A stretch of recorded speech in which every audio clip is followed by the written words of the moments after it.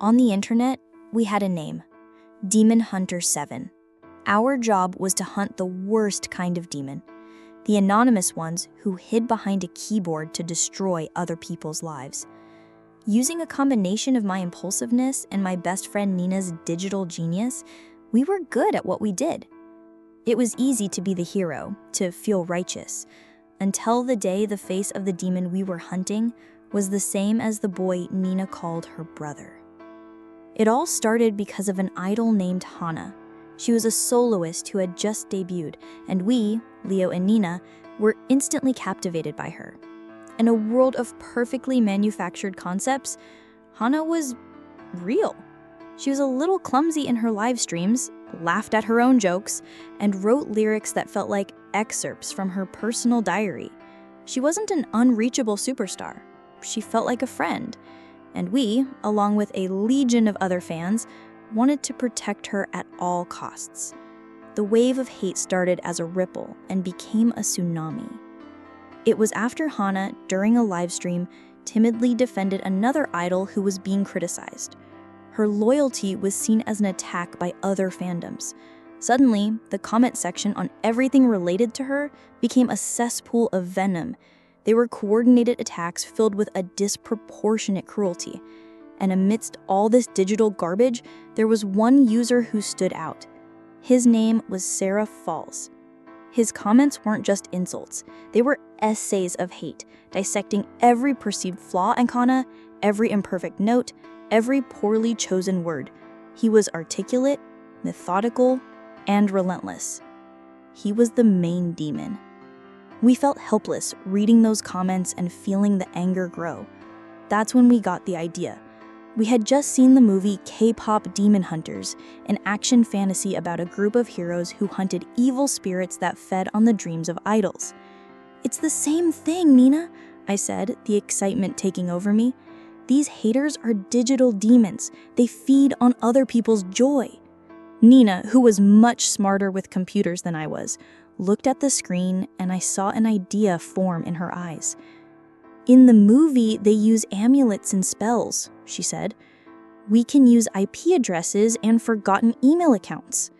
That night, Demon Hunter 7 was born.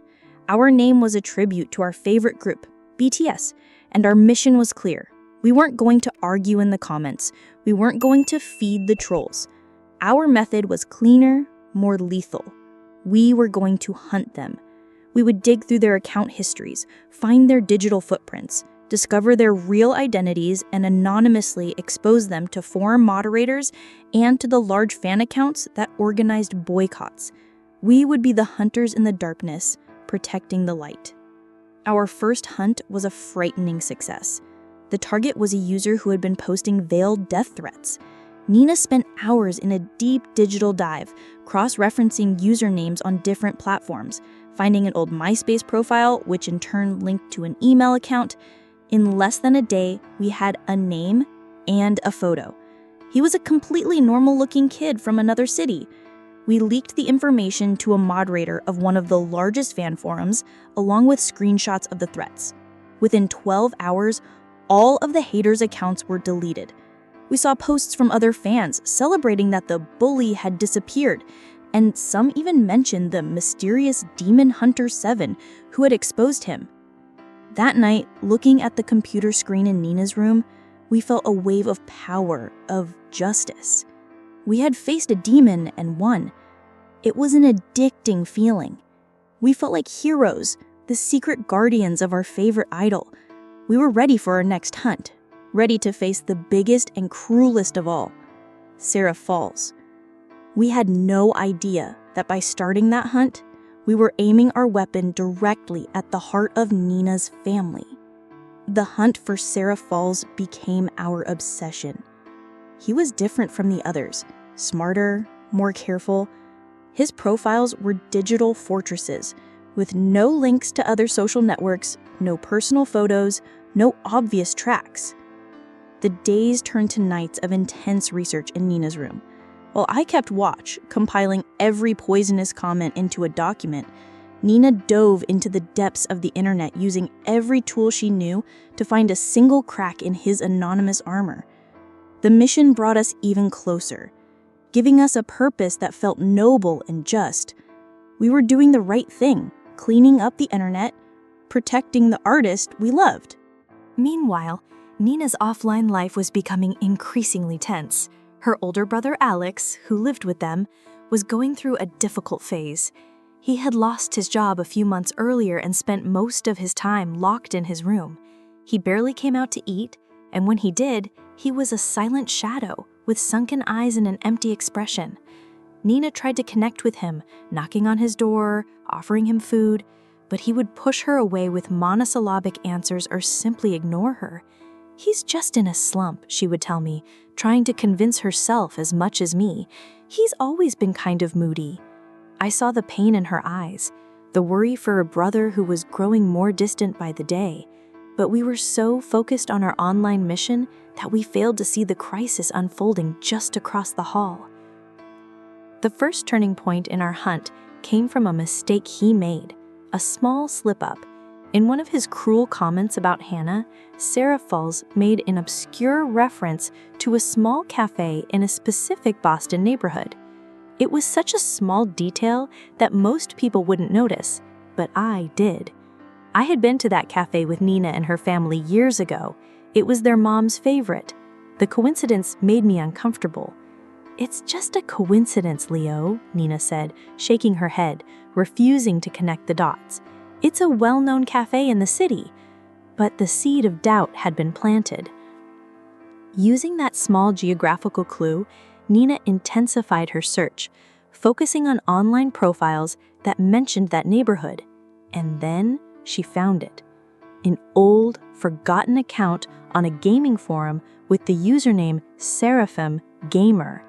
The profile picture was a generic avatar, but the listed location was the same as our neighborhood. And in a post from 3 years ago, the user had complained about his home's internet connection, mentioning the name of the provider. It was the same internet provider Nina's family used. The air in the room grew heavy. "It could still be a coincidence," she whispered, her voice trembling. But we both knew the probability was shrinking by the second. The investigation became frantic and desperate. Nina used her skills to track the IP address associated with the Seraphim Gamer account. The result appeared on the screen, a numerical address that meant nothing to me, but Nina went pale. She opened another window, typed in a few commands, and cross-referenced the information. Her fingers stopped moving. She stared at the screen, her eyes wide with horror. "No," she whispered, "it can't be." I leaned in to see. The IP address traced to the account of Hannah's cruelest hater, the digital demon we were hunting, was registered to a single location: her house. The second turning point, the moment of devastating confirmation, was the most silent and brutal of all. Nina's world fell apart right there, in her computer chair. Denial was still fighting against logic. "It could be a mistake. It could be a neighbor using our Wi-Fi," she said, but her voice had no conviction. I didn't know what to say, how to comfort her. At that moment, we heard a noise in the hallway. Alex's bedroom door opened. He walked past Nina's door on his way to the kitchen, his face illuminated by the screen of his phone. And for a second, just 1 second, I saw what was on his screen before he locked it. It was the comment page of one of Hannah's posts, and at the top, the avatar for Sarah Falls. Nina saw it too. Our eyes met, and in hers I saw the final understanding and the pain of a betrayal she could have never imagined. The monster she had been hunting so fervently, the demon she wanted to expose to the world, wasn't some anonymous stranger across the country. It was her brother, the quiet, depressed boy who slept in the room next door. Our righteous crusade had turned into a family nightmare, and now Nina was trapped in an impossible dilemma: expose the brother she loved to protect the idol she admired, or protect her family, becoming an accomplice to the very hate she had sworn to fight. Nina's world fell apart in silence, illuminated by her computer screen. The demon she had been hunting had her brother's face. Her first reaction was to erase everything.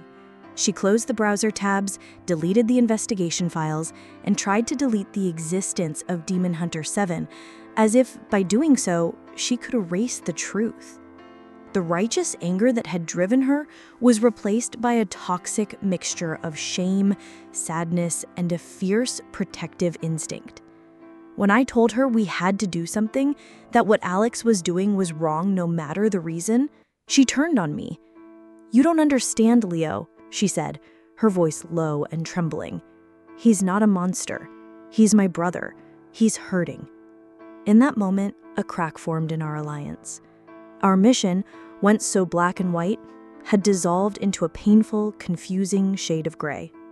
In the days that followed, Nina tried to ignore it, but a truth once known cannot be unknown. She would see Alex at home, a ghostly figure, and in her mind, she'd see the cruel comments he typed. She'd see the idol Hannah posting a video, smiling for the camera, and she'd feel a ping of guilt as if she were an accomplice to the hate he was sending. She understood that silence wouldn't help anyone.